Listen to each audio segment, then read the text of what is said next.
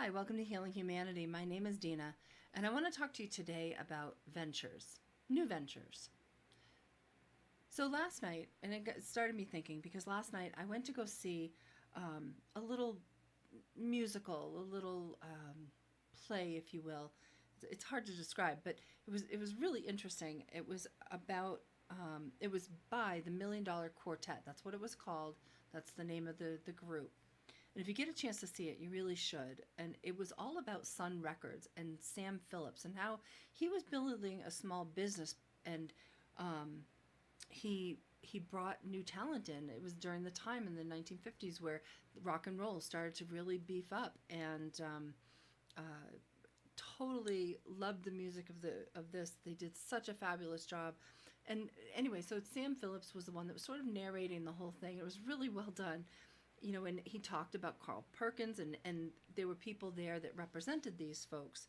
And it was all based on one night, I think it was 1956, Christmas Eve of 1956, where Carl Perkins, Johnny Cash, Elvis, Jerry Lee Lewis, and a young woman, Diana, were in the studio. And Elvis had already been sold to RCA Records, so Sam Phillips could save his business. And sadly, that happened to him. And it was all based around that. And like I said, if you get a chance to actually go see this, please do. It was so unbelievably well done. And the music was so much fun. And at the end, we got to dance, and it was just great. But, whew, oh, oh, my heart. Sorry. I just don't feel quite right. I'm lying. I feel perfectly fine, and my heart is fine too. And God shared with me what you did at that theater. He shared with me that there was two different groups of people there, Masons and some elites. I'm appalled at your continuous devilish behavior. You should be ashamed of yourself for plotting against somebody who's done you no wrong, who has actually followed the Bible. I was not always perfect, but for the last 13 years, I have done what I needed to do to pass the tests that God has thrown upon my life. And you have no right to do anything at this point. God's done it all. And the thing that I find funny about it is that, the ones that knew about it, like your wives, and I know a few knew what was happening, they didn't do anything. So not only are you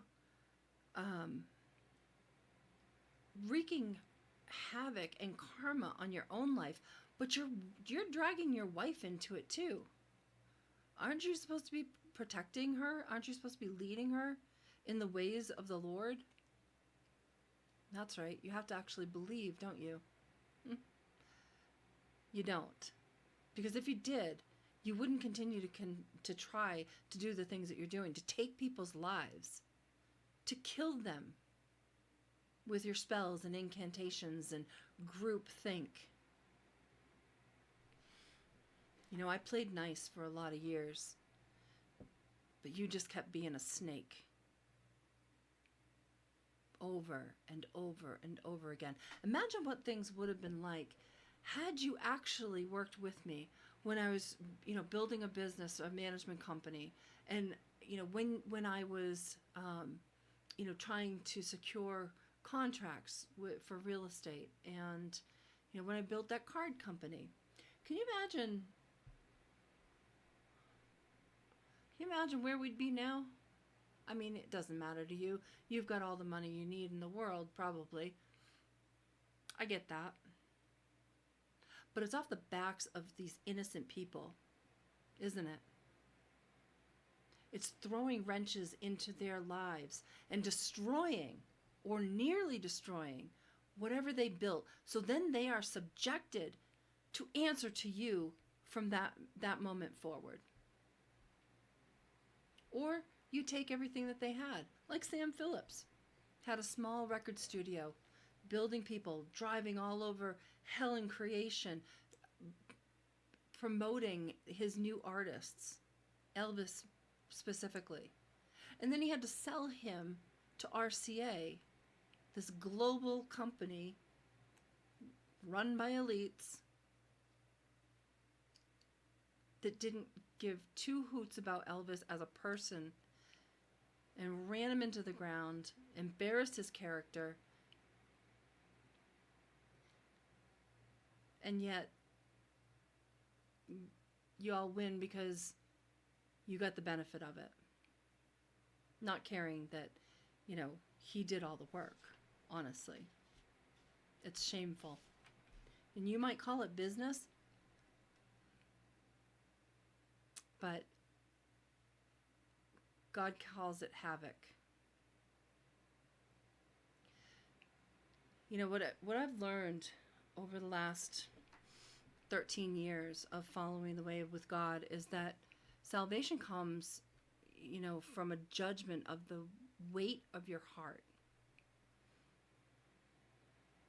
Now, I know years ago when I was younger and I was dealing with things through anger, or I was, running, if one relationship would end, I'd just run to another one, didn't care.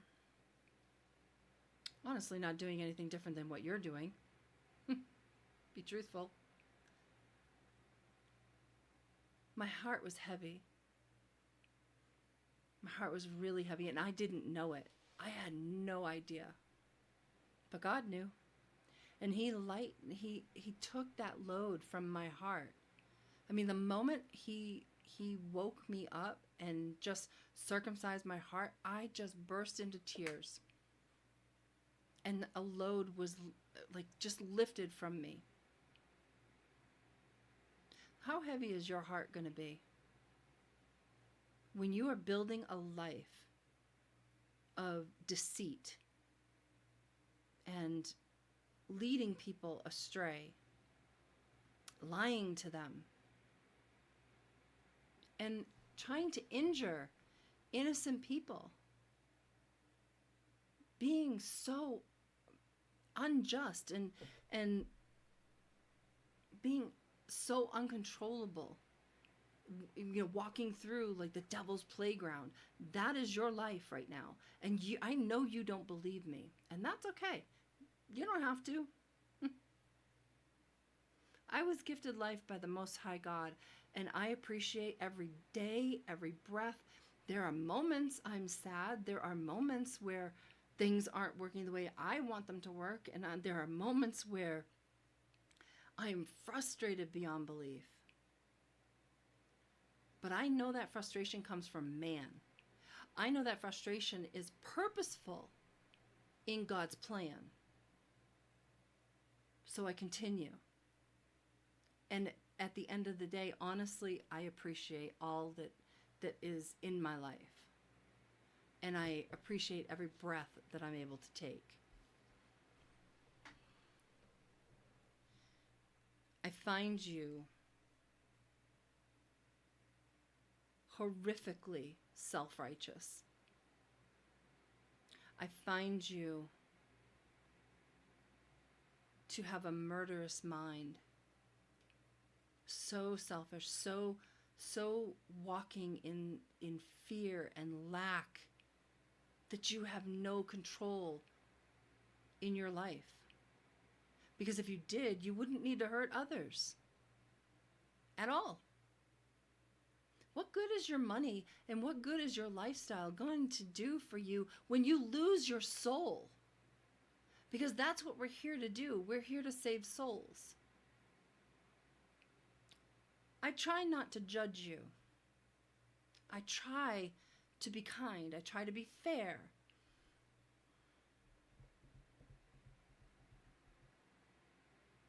I just want you to know you're still walking the wrong way. When you try to take somebody out that's done you no harm, that is currently doing you no harm, how do you think that's going to weigh with God? There's been many a people. Read do some research. Put your business book down for a moment and do some research on the last words of many of the people that you might have idolized. You will see there's a pattern. I am trying to save you from going down that same road. I'm trying to save your wives from being misled by your chaos.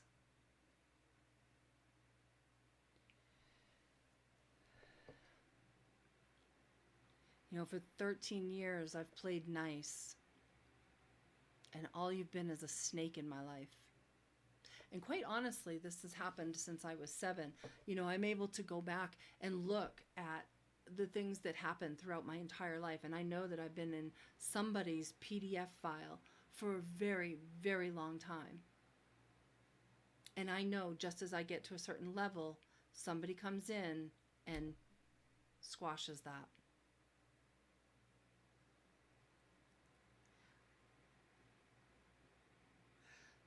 So I'm just going to say to you, if you're not part of these groups, but you are aware of what they're doing, remember you never stood up.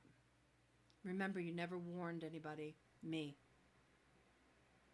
Remember you never shed light on the crimes that they were committing. Your egos are so inflated. There's such an imbalance, such an impatience, such a greed and lust in your life that if you don't change, you are going to be so sadly mistaken in the end. And I don't want that for you. This isn't a podcast that tells you, oh, this is going to happen to you and good. No, this is going to happen to you and that sucks. Change. Do something different. Be better. Let go of your ego.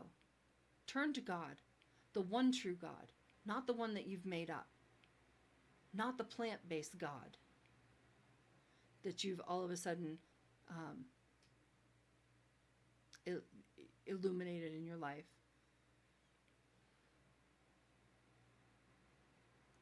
I don't know when you're going to stop, if you're ever going to stop. But I will just leave you with the words of Julia Roberts. Big mistake. Big.